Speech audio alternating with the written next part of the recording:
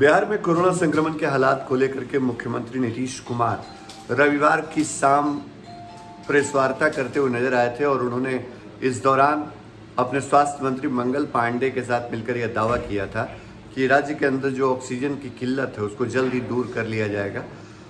ये उम्मीद भी जगी थी कि ऑक्सीजन की कमी से जो मरीज जूझ रहे हैं उनको आगे शायद परेशान न होना पड़े, लेकिन इस वक्त जो खबर आपको बता रहे हैं वो खबर पटना के ही कोविड डेडिकेटेड हॉस्पिटल एनएमसीएच से आ रही है।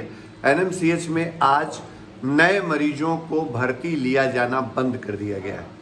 दरअसल हम आपको तस्वीरें दिखाते हैं। एनएमसीएच के बाहर ही ये एक नोटिस बोर्ड चिपका दिया गया है कि आज नए मरीजों का एडमिट नहीं लिया जाएगा, उनको कोई रजिस्ट्रेशन नहीं होगा क्योंकि बेड जो है वो खाली नहीं है मरीजों के लिए।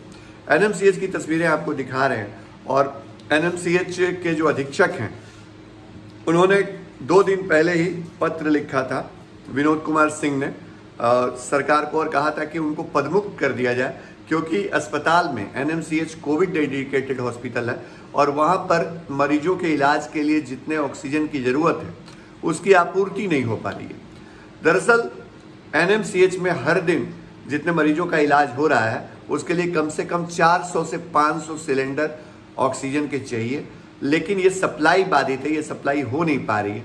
और विनोद कुमार सिंह, डॉक्टर विनोद कुमार सिंह जो अस्पताल के अधीक्षक हैं, उन्होंने आशंका जताई थी कि अगर ऑक्सीजन की कमी से मरीजों की मौत हो जाती है तो इसकी सारी जवाबदेही उनके ऊपर आएगी और ये जवाबदेही जब आएगी तो उनके ऊपर कोई कार्रवाई हो सकती है, इसलिए उसके पहले ही पदमुक्त कर दिया जाए उनको।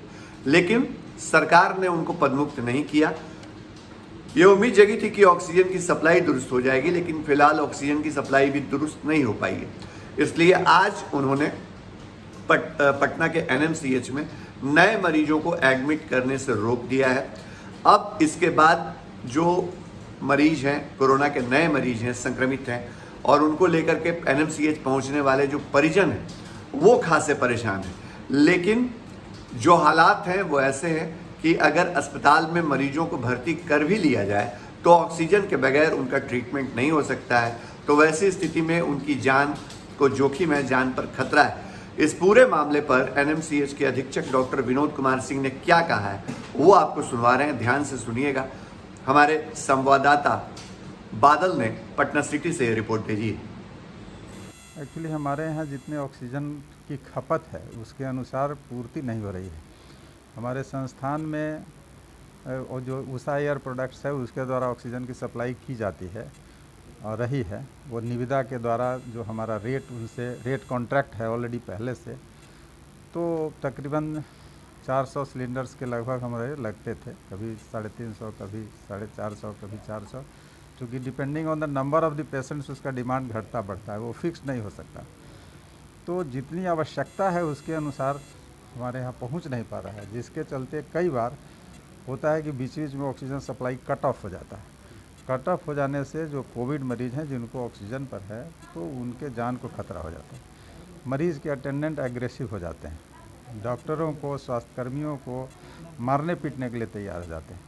तो ये एक परिस्थिति है जो कि विकट है और इसका तुरंत समाधान होना बहुत ही आवश्यक है।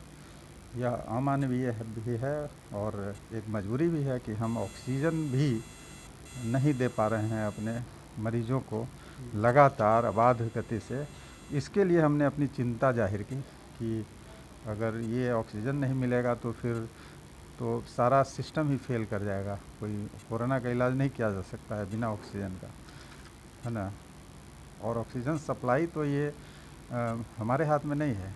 हमारे हाथ में जो था मैंने निविदा कर दिया, उसका रेट फिक्स हो गया, रेट कॉन्ट्रैक्ट उनके साथ है, परंतु जो भी हमारा जो ऑक्सीजन प्रोडक्शन सेंटर है उस पर अभी एडमिनिस्ट्रेशन ने मजिस्ट्रेट बैठा दिया है और जो हमारे सप्लायर हैं उनके मुताबिक अब नहीं भेजा जा रहा है ना। वो राशनिंग कर रहे हैं हर जगह, कहाँ कितना जाना है, क्या है, नहीं है।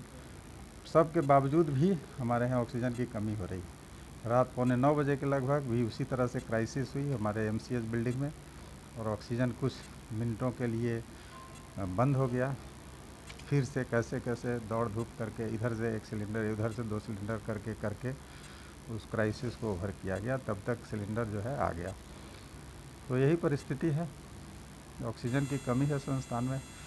मतलब लेटर जो आपने भेजा था, क्या वो सत्यता थी उसमें? हाँ, 100% सत्य है, मैंने लिखा था, मेरा दस्तखत है। यह कई बार होता है कि जैसे ऑक्सीजन सप्लाई सुपरटेंडेंट के हाथ में नहीं, लेकिन अगर मृत्यु होती है किसी की किसी संस्थान में, तो उसका सारी जवाबदेही जो है, जो अस्पताल का जो सुपरटेंडेंट होता है उस पर होता है। तो कई बार आपने देखा होगा कि भाई इस गोरखपुर की घटना हुई, उसमें डॉक्टर की कोई गलती नहीं थी, डॉक्टर को जेल दे दिया गया, उसको बर्खास्त कर दिया गया, वो बेचारा 8 महीना तक जेल में रहा। फिर हाई कोर्ट जब संज्ञान लिया और उसको हाई कोर्ट से बरी किया गया। अगर ऑक्सीजन की कमी ज़्यादा देर तक बंद हो जाएगी इसी तरह से, तो सबसे पहले मुझे ही दोषी करार दिया जाएगा कि भाई सुपरिटेंडेंट इसके लिए दोषी है, इसको सस्पेंड करो, इसको डिसमिस करो, इसको जेल भेजो, है ना। तो ये तो मेरे हाथ में है नहीं। तो ऐसे पद पर बने रहने का मेरा कोई औचित्य नहीं है, ये जहाँ कि हम अपने मरीजों को ऑक्सीजन भी नहीं दे पाते। ठीक है, इसलिए मैंने अपनी चिंता जाहिर की है और कार्य मैं कर रहा हूँ। जब तक मुझे भार मुक्त नहीं किया जाएगा तब तक मैं कार्य अबाध गति से करता रहूँगा, परंतु जो मेरी चिंता है इससे हमने प्रशासन को अवगत कराया है।